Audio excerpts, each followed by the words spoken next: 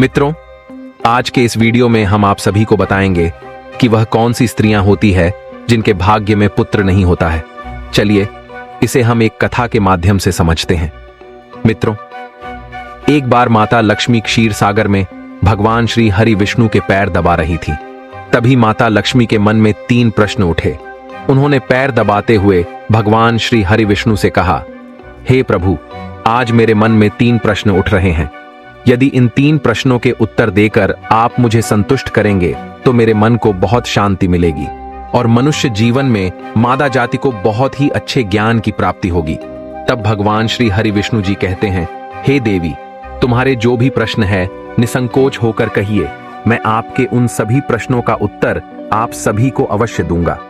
तब माता लक्ष्मी कहती हैं, हे प्रभु, मेरे मन में 3 प्रश्न उठ रहे हैं। मेरा पहला प्रश्न यह है कि वह कौन सी स्त्री होती है जिसके भाग्य में संतान का सुख नहीं होता है। मेरा दूसरा प्रश्न यह है कि कौन सी स्त्री समय से पहले विधवा हो जाती है। और मेरा तीसरा प्रश्न यह है कि कौन सा श्रृंगार करने से स्त्री को स्वर्ग में स्थान प्राप्त होता है। तब भगवान श्री हरि विष्णु कहते हैं, हे देवी, वास्तव में तुमने उचित ही प्रश्न किए हैं।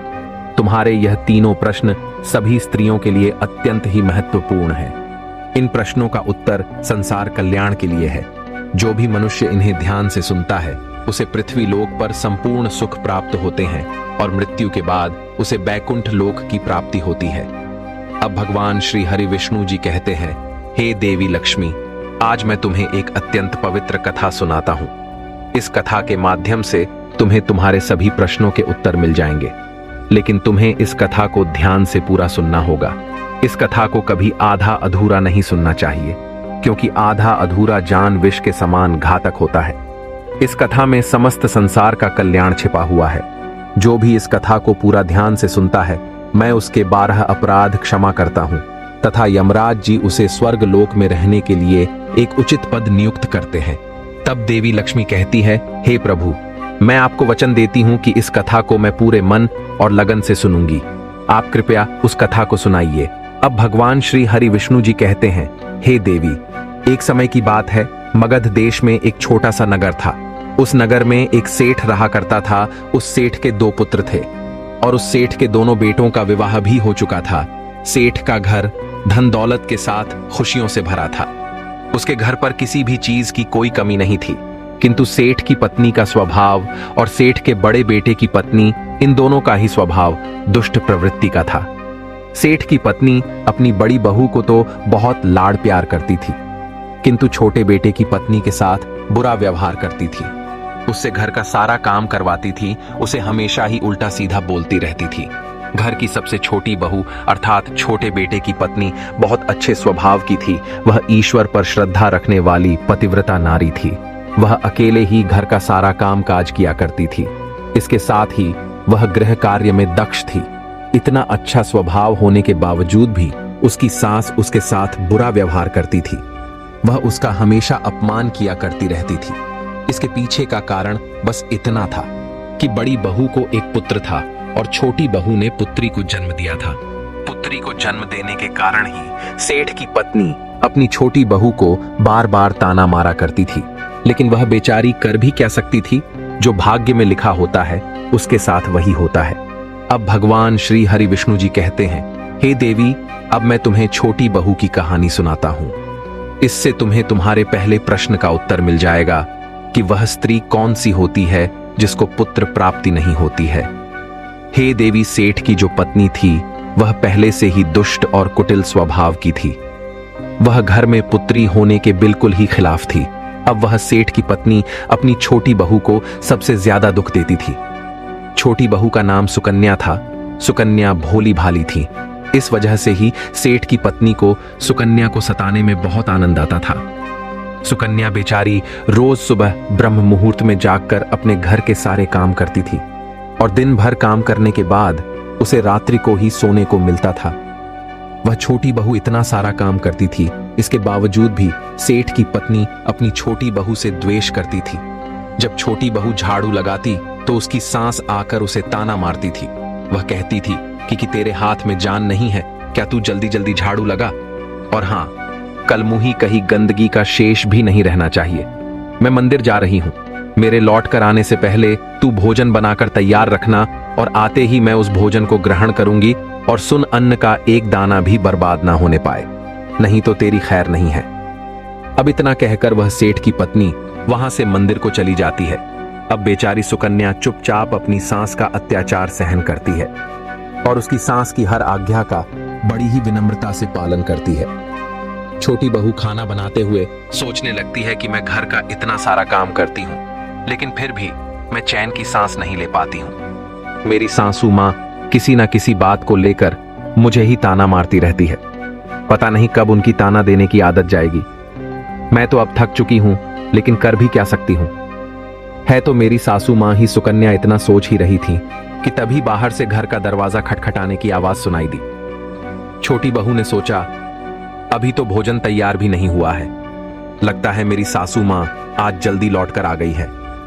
अब वह फिर मुझे ताना देंगी कि अभी तक खाना नहीं बना है।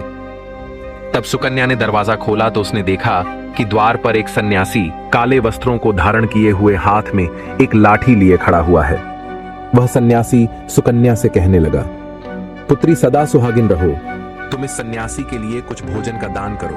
हे पुत्री, मुझे बड़ी भूख लगी है, मुझे तुम कुछ भोजन खिला दो, मैं भोजन करके चला जाऊंगा।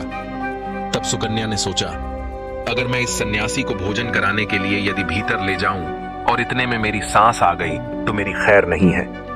अब कुछ देर तक विचार करने के बाद सुकन्या ने सोचा, यदि मैं सासू मां के ताने के डर से इस सन्यासी को भोजन नहीं करवाऊंगी तो यह सन्यासी महाराज का अपमान होगा और कहीं इन्होंने क्रोध में आकर मुझे श्राप दे दिया तो सब कुछ विफल हो जाएगा। फिर सुकन्या ने उस सन्यासी को घर के अंदर बुलाया और अतिथि धर्म का पालन करते हुए सुकन्या उस सन्यासी को भोजन कराने लगी। उतने में ही उसकी सास घर पर आ पहुंची और उस सन्यासी को घर के अंदर भोजन करते हुए देखकर अब उसे तो बहुत गुस्सा आ गया। वह चिल्लाते हुए सुकन्या से कहने लगी, कलमुही औरत, यहाँ पर क्या किसी प्रकार का भंडारा या दावत चल रही है क्या, जो तू राह चलते भिखमंगों को घर में बिठाकर भोजन खिला रही है? तब सुकन्या ने अपनी सास से बड़ी विनती की और कहा, माँ जी, घर पर आए भिक्षुक को ऐसे नहीं लौटाते और मैंने इस भिखारी को अपने हिस्से का भोजन दिया है। लेकिन सुकन्या की सास ने अपनी छोटी बहू की एक नहीं सुनी और उसकी सास ने उस सन्यासी को घर से बाहर निकाल दिया और उसके भोजन को उठाकर कचरे में फेंक दिया। उसके बाद वह सास सुकन्या पर गुस्सा करने लगी और बोली, अरे दुष्ट औरत, मैंने तुझे कहा था कि मेरे आने तक भोजन का एक दाना भी बर्बाद नहीं होना चाहिए, लेकिन तूने क्या किया, उस भिखमंगे को इतना सारा भोजन करा दिया। सुकन्या डरते डरते बोली, सासू मां, मैंने सन्यासी को अपने हिस्से का भोजन दिया है, इसमें आखिर इतना गुस्सा होने की क्या बात है। द्वार पर आए अतिथियों को कभी खाली हाथ नहीं भेजते हैं, ऐसा शास्त्र कहते हैं। फिर सुकन्या की सास ने उसे बहुत डांटा। दोनों के बीच काफी देर तक बहस होती रही और फिर अचानक सुकन्या की दुष्ट सास ने गुस्से में आकर सुकन्या को धक्के मारकर उसे घर से बाहर निकाल दिया और घर का दरवाजा अंदर से बंद कर दिया। सुकन्या देर तक घर के मुख्य द्वार के सामने खड़ी रही और बाहर से अपनी सास को आवाज देने लगी। सुकन्या की सास ने एक नहीं सुनी और उसे घर के अंदर आने नहीं दिया। फिर सुकन्या दुखी और उदास होकर अपने मायके के लिए निकल पड़ी। अब सुकन्या का मायका बहुत दूर था। वहां जाने के लिए रास्ते में एक बहुत बड़े जंगल से गुजरना पड़ता था। सुकन्या भूखी प्यासी रहकर उस जंगल के रास्ते अपने मायके को जाने लगी। तभी उसी समय अचानक जोर जोर से बादल गरजने लगे और मूसलाधार बरसात होने लगी। बारिश से बचने के लिए सुकन्या एक वृक्ष के नीचे जाकर खड़ी हो गई। वहां पर सुकन्या ने देखा कि पेड़ के नीचे एक कोठर बना हुआ है। फिर वह बिना देरी किए जल्दी से उस कोठर में घुस गई। कोठर में जाने के बाद सुकन्या ने देखा कि अंदर कोई साधु महात्मा बैठे हैं। वह सन्यासी कोई और नहीं बल्कि वही साधु था जो सुबह उसके घर पर आया था। जब उस साधु ने उस सुकन्या को देखा तो वह बोले, हे पुत्री, तुम इस घने जंगल में अकेली क्या कर रही हो? तुम रो क्यों रही हो? रोना बंद करो, मैं तुम्हारे बारे में सब कुछ जानता हूं। तुम्हारे ससुराल वाले अत्यंत दुष्ट स्वभाव के हैं और वे तुम्हें बहुत दुख देते हैं। इसका कारण केवल बस इतना है कि तुम्हें पुत्र की प्राप्ति नहीं हुई है। पुत्री को जन्म देने के कारण तुम्हें तुम्हारी सांस के ताने सुनने पड़ते हैं। हे पुत्री, तुम चिंता मत करो, मैं तुम्हें एक पर्ची देता हूं। इस पर्ची पर जो भी उपाय लिखा हुआ है तुम उस उपाय को पूरे मन के साथ करो, फिर तुम्हें एक गुणवान पुत्र की प्राप्ति होगी। फिर सुकन्या ने वह पर्ची ले ली और पर्ची देने के बाद वह साधु वहां से अचानक से गायब हो गए। अब भगवान श्री हरि विष्णु जी कहते हैं, हे देवी लक्ष्मी, वह स्वयं मैं ही था जो अपनी भक्तन को सुख देने गया था। अब भगवान श्री हरि विष्णु जी कहते हैं, हे देवी लक्ष्मी, यह चमत्कार देखकर सुकन्या बहुत प्रसन्न हुई और जब बारिश रुकी तो सुकन्या का पति उसे ढूंढते हुए उस स्थान पर पहुंच गया। अब उस सुकन्या ने अपने पति को सारी हकीकत बता दी। अपनी पत्नी की बात सुनने के बाद दोनों ने ही घर वापस ना जाकर उसी जंगल में रहने का निर्णय लिया। वहीं पर रहते हुए एक दिन सुकन्या के मन में पुत्र प्राप्ति का ख्याल आया और वह मन ही मन सोचने ने लगी, यदि मेरा भी कोई पुत्र होता तो आज ससुराल में मुझे भी बहुत ज्यादा इज्जत मिलती। तभी सुकन्या को उस साधु के द्वारा दी गई पर्ची की याद आ गई और फिर जब उसने उस पर्ची को खोलकर पढ़ा तब उसने देखा कि उसमें लिखा था कि जो स्त्री पुत्र प्राप्ति की कामना रखती है उसे रात्रि में अपने पति की बाईं तरफ सोना चाहिए। ऐसा करने से कुछ समय बाद में बाईं करवट लेटने से नाक का दाहिना स्वर और दाहिनी करवट लेने से नाक का बायां स्वर चालू हो जाता है। फिर जब पुत्र की इच्छा हो तो इस स्थिति में मिलन से पहले यह निश्चित कर लेना चाहिए कि पुरुष का दायां स्वर चलने लगे और स्त्री का बायां स्वर चलने लगे और उसी समय पर मिलन किया जाना चाहिए। ऐसा करने से निश्चित ही पुत्र की प्राप्ति होती है। इसके विपरीत नाक के स्वर चलने से पुत्री की प्राप्ति होती है। उस पर्ची में आगे यह लिखा हुआ था कि मासिक धर्म शुरू होने के बाद पहले 4 दिनों में पुरुष के साथ मिलन करने पुत्र की प्राप्ति होती है और 5वीं रात्रि में मिलन करने से पुत्री की प्राप्ति होती है तथा 6ठी रात्रि में मिलन करने से पुत्र रत्न की प्राप्ति होती है। 7वीं रात्रि में मिलन करने से वंध्या पुत्री होती है। 8वीं रात्रि में मिलन करने से बलशाली पुत्र की प्राप्ति होती है। 9वीं रात्रि में मिलन करने से सुंदर कन्या की प्राप्ति होती है तथा 10वीं रात्रि में मिलन करने से विद्वान और अतिश्रेष्ठ पुत्र की प्राप्ति होती है। 11वीं रात्रि में मिलन करने से सुंदर आचरण वाली पुत्री की प्राप्ति होती है। 12वीं रात्रि में मिलन करने से गुणवान पुत्र होता है। 13वीं रात्रि में मिलन करने से लक्ष्मी स्वरूपा पुत्री होती है।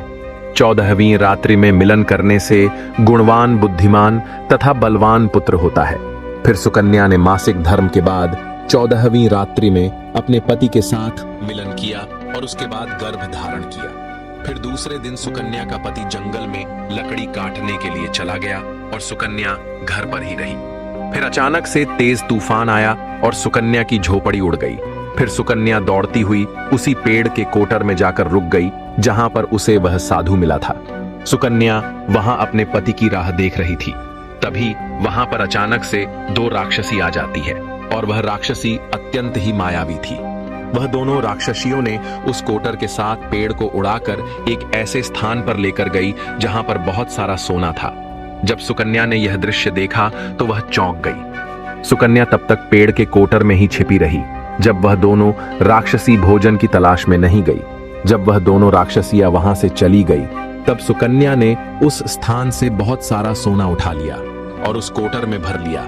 जब वह राक्षसी लौट कर आई तो फिर से पेड़ पर बैठकर वे उस पेड़ को उड़ाकर उसी जंगल में ले आई। अब उन दोनों राक्षसियां के जाने के बाद सुकन्या वह सारा सोना लेकर अपने पति के पास चली गई और उसे वह सारा सोना दे दिया। फिर पति और सुकन्या दोनों अपने घर को लौट गए। वहां जाकर उसने अपनी सास को वह सोना दे दिया और सारी हकीकत बता दी, जिसे सुनकर उसकी सास को बहुत गुस्सा आया और वह कहने लगी, अरे मूर्ख औरत, तू बस इतना ही सोना लेकर आ गई। इतने सोने से क्या होगा? मैं तेरी जगह होती तो बहुत सारा सोना लेकर आती। देख, अब मैं जाऊंगी और बहुत सारा सोना लेकर आऊंगी। फिर उसकी सास भी उस जंगल के कोटर में जाकर छिप गई और राक्षसियों के आने की राह देखने लगी। तभी वह 2 राक्षसी वहां पर आई और फिर वह दोनों उस कोटर को उड़ाकर एक बर्फीले पहाड़ पर ले गई। यह देख वह सांस बहुत क्रोधित हो गई और बोलने लगी, तुम मुझे ये कहां लेकर आई है? यहां तो सिर्फ बर्फ और मिट्टी है। मुझे तुम सोने के टापू पर ले चलो। तभी उन राक्षसियों ने उसकी आवाज सुनी और देखा तो एक बूढ़ी औरत पेड़ के कोटर में छिपकर बैठी है। फिर उन्होंने उस सांस को बाहर निकाला और उसे उस बर्फीले पहाड़ से नीचे फेंक दिया। जमीन पर गिरते ही उसकी मौत हो गई। इधर सुकन्या बड़े आनंद के साथ रह रही थी। लेकिन सुकन्या की सांस कभी घर लौटकर नहीं आई। एक दिन सुकन्या ने जाकर उस कोटर में देखा तो वहां पर उसकी सांस नहीं थी। उसे समझ में आ गया कि लालच के कारण उसकी सास की मृत्यु हो गई। अब भगवान श्री हरि विष्णु जी कहते हैं, हे देवी लक्ष्मी, जिस स्त्री को पुत्र प्राप्ति की कामना है उसे मैंने जो सुकन्या को पर्ची दी थी उसमें बताए गए उपायों को जरूर करना चाहिए। हे देवी, तुम्हारा दूसरा प्रश्न यह था कि किस कारण से स्त्री जल्दी विधवा होती है, तो जो स्त्री अत्यधिक लालच करती है वह स्त्री जल्दी विधवा होती है। हे देवी, आपका तीसरा प्रश्न था कि कौन सी स्त्री को स्वर्ग की प्राप्ति होती है, तो जो स्त्री चरित्र का गहना पहनती है उसे मृत्यु के पश्चात स्वर्ग की प्राप्ति होती है। एक स्त्री को अपने चरित्र का त्याग कभी नहीं करना चाहिए। मित्रों, आशा करते हैं कि आपको हमारे इस वीडियो में दी गई जानकारी आपको पसंद आई होगी। अगर आपको यह वीडियो पसंद आया है तो इस वीडियो को लाइक करें और अपने सभी मित्र बंधुओं के साथ शेयर करें। साथ ही जो लोग अभी हमारे चैनल पर नए हैं तो वह हमारे चैनल को भी सब्सक्राइब अवश्य करें। बाकी मित्रों, आप सभी का वीडियो को यहाँ तक देखने के लिए दिल से धन्यवाद।